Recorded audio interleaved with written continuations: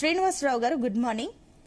So విన్నారు, విమర్శలు చెప్పిన వాటికి సంబంధించి కూడా వినడం అయితే జరిగింది. మీరు వాటికి సమాధానం చెప్పండి. అట్ ద సేమ్ టైం ఒకటి, గేట్లు తెరిస్తే నిజంగానే ప్రమాదం పొంచుందా? ఈ రోజు మంత్రివర్గ సమావేశంలో ఏం నిర్ణయం తీసుకోబోతున్నారు? రైతులకు ఒక స్పష్టమైన హామీ వస్తుందా కాంగ్రెస్ ప్రభుత్వం నుంచి? నమస్తే అండి. మీకు మాతో పాటు ప్యానెల్లో ఉన్నటువంటి పెద్దలకు, అదేవిధంగా జీటీవీ వీక్షకులందరూ కూడా శుభోదయం.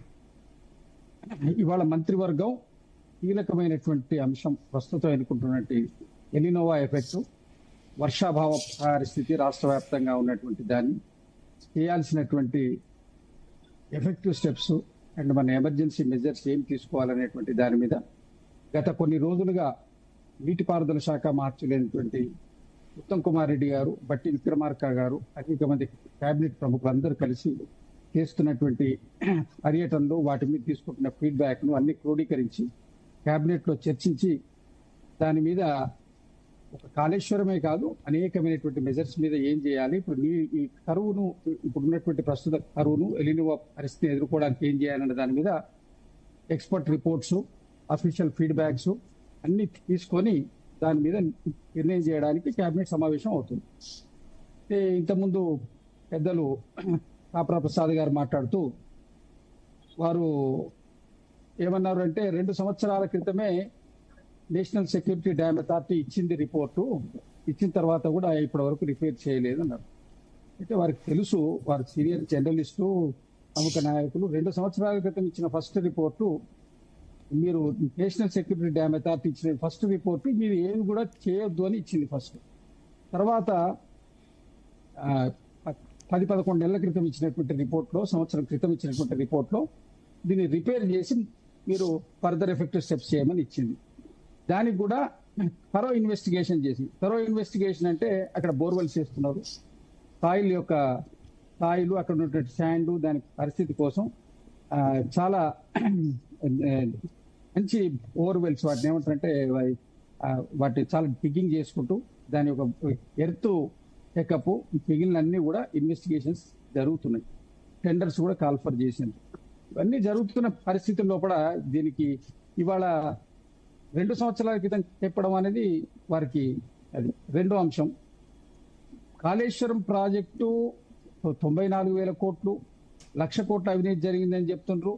94,000 కోట్ల, 85,000 కోట్ల, 1,02,000 కోట్లు తెలుసు పేమెంట్ అయినాయా అంశాన్ని పక్కన పెడితే, రాష్ట్రంలో ఉన్నటువంటి బడ్జెట్ ను పూర్తిగా కాళేశ్వరం వైపు మళ్లించి రాష్ట్రంలో ఉన్నటువంటి అనేకమైనటువంటి అసంపూర్ణమైన చిన్న చిన్న నీటి ప్రాజెక్టులన్నింటినీ పెండింగ్ లో పెట్టి కాళేశ్వరం మీద ఫోకస్ చేసి ఇవాళ ఉన్నటువంటి ఎలినోవా కరువు పరిస్థితిని ఎదుర్కొనేటువంటి పరిస్థితిలో రాష్ట్రం సన్నద్ధంగా లేకుండా ఉండడానికి గత 9.5 సంవత్సరాలుగా అధికారంలో ఉండి పోయినటువంటి బీఆర్ఎస్ పార్టీది బాధ్యత కాదా?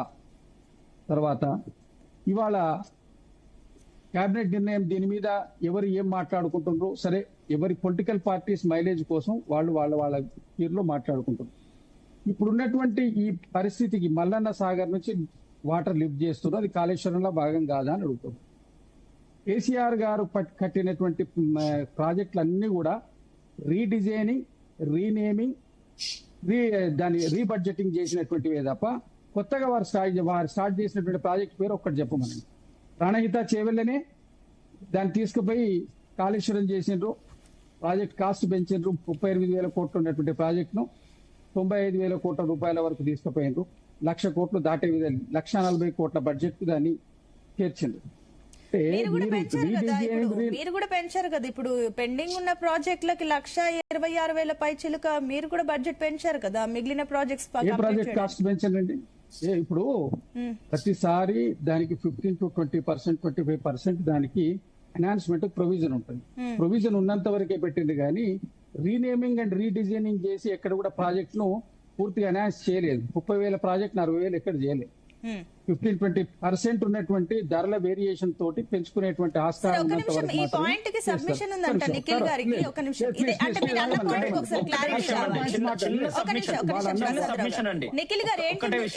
ఇప్పుడు ప్రాజెక్టుల రీడిజైనింగ్ గురించి వారు మాట్లాడుతూ ఉన్నారు. అయితే ఏదైతే ప్లాన్ చేసిండ్రో ప్రాణహిత చేవెళ్ల ప్రాజెక్టుకు సంబంధించి పూర్తి స్థాయిలో కెపాసిటీ వాళ్ళు డిజైన్ చేసింది 16 టీఎంసీలకు. ఈ రోజు మేము కట్టినటువంటి ఒక్క మల్లన్న సాగర్ ఒక్కటే 50 టీఎంసీలు. అంటే వాళ్ళు మొత్తం ప్రాణహిత చేవెళ్ళ అన్నదానికి 3 ఇంతలు ఒక్క మల్లన్న సాగర్ ని మేము నిర్మాణం చేస్తామండి. క్లారిటీ ఇచ్చారు కదా, శ్రీనివాసరావు గారు. వందలాది టీఎంసీలు చేస్తాం. అయితే ఇక్కడ ఒక్క విషయం ఒక్క నిమిషం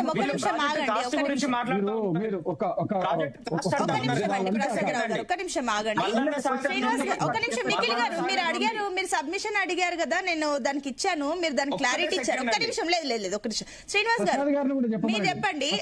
చెప్పండి ప్రసాద్ గారు. ఓకే ఓకే ఒక్క నిమిషం చెప్పండి. ఒక్కటే మాట శ్రీనివాసరావు గారికి కొనసాగింపులో అనేది ఉంటది. ఇందాక వారు చెప్పినారు అవినీతి చాలా పెద్ద ఎత్తున జరిగిందని చెప్పి ఆరోపణలు అయితే జరిగింది. మేము అడిగేది ఏంటంటే అవినీతి చేసినటువంటి నాయకుల్ని అప్పటి ముఖ్యమంత్రి వాళ్ళ మీద ఎలాంటి చర్యలు తీసుకోకుండా అధికారుల మీద ఎందుకు పడుతున్నారు అని చెప్పి బీజేపీ అడుగుతాం. ఓకే చెప్పండి శ్రీనివాసరావు గారు. ఇప్పుడు రీడిజైనింగ్ రీనేమింగ్ చేసినటువంటి దాన్ని మేము ఆయకట్టును పెంచుతాం అని చెప్పేసి వారు చెప్పారు. ఎంత ఆయకట్టుకు వచ్చింది నీరు అనేది తెలంగాణ భారత రాష్ట్ర సమితి అధికారం నుంచి దిగిపోయేంత వరకు అంతకుముందున్నటువంటి ఆయకట్టును పరిశీలిస్తే అందరికి అర్థమవుతుంది. ఇప్పుడు ప్రాజెక్టును తిమ్మిడి హెడ్స్ దగ్గర కట్టడం ద్వారా మాత్రమే మీకు గ్రావిటీ మీద వాటర్ వస్తుంది. గ్రావిటీ మీద వాటర్ రాకుండా దాన్ని ఎక్సెస్ ఆఫ్ అంటే ప్లెంటీ ఆఫ్ వాటర్ అక్కడ నుంచి మనం లిఫ్ట్ చేయాలనేటువంటి కాన్సెప్ట్ తోటి ఏర్పడబడ్డది మేడిగడ్డ బ్యారేజ్. దాంట్లో ఇప్పుడు ఇంతకుముందు వారు చెప్పుకుంటూ నిఖిల్ రావు గారు ఏమన్నారంటే ఇంజనీర్ల మీద అనుచిత వ్యాఖ్యలు చేసేది ముఖ్యమంత్రి గారిని. వ్యాఖ్యలు అనుచిత వ్యాఖ్యలు అనేది దాని గురించి కాక మనం ఒక సబ్జెక్ట్ గురించి మాట్లాడుకుంటే రీడిజైన్ దానికి ఇంజనీర్స్ లోపల కూడా డివిజన్ ఉంది. దాంట్లోకి సంబంధించినటువంటి రిటైర్డ్ ఇంజనీర్సే చాలా మంది ఏం చెప్తుందంటే ఇది ఎత్తిపోతల పథకం కాదు, తిరుగుపోతల పథకం, దీని అసలు వయబిలిటీనే లేదు, మేము అప్పుడే వద్దని చెప్పినామని చెప్పేవాళ్ళు ఉన్నారు.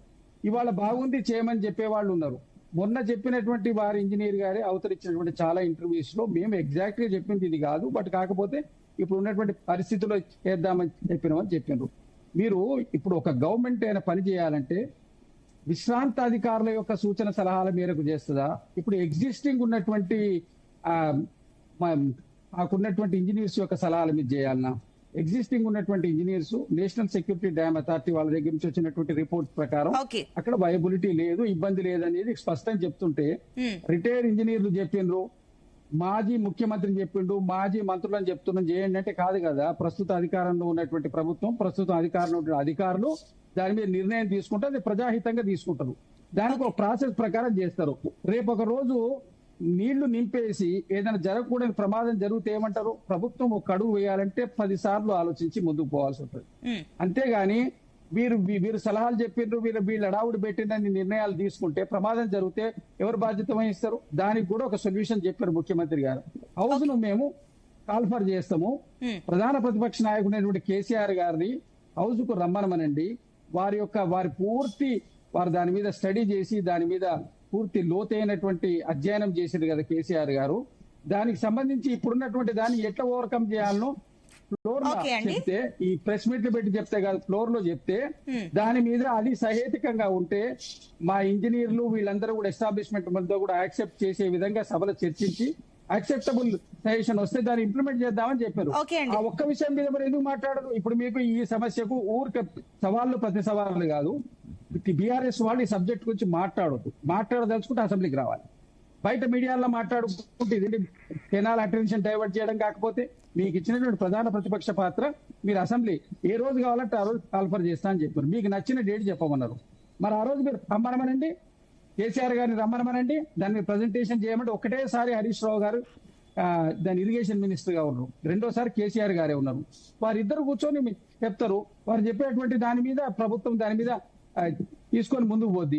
ఊరికే గనుకోసారి కాళేశ్వరం మీద మీరు చెప్పకపోతే ప్రభుత్వం చేయదా? ప్రభుత్వం చేస్తూనే ఉంది, వాళ్ళ పని వాళ్ళు చేస్తున్నారు. దాని మీద రోజు ఒక విమర్శ, దాని ప్రతి విమర్శ జనాల అటెన్షన్ డైవర్ట్ చేయడానికి ఇవాళ ఉన్నటువంటి కరువుకు కారణం పార్టీ. ఒక నిమిషం అండి ప్రసాద్ రావు గారు, ఒక నిమిషం. అండ్ పాపారావు గారు అప్పటి నుంచి వెయిట్ చేస్తున్నారు, ఆయన మాట్లాడారు.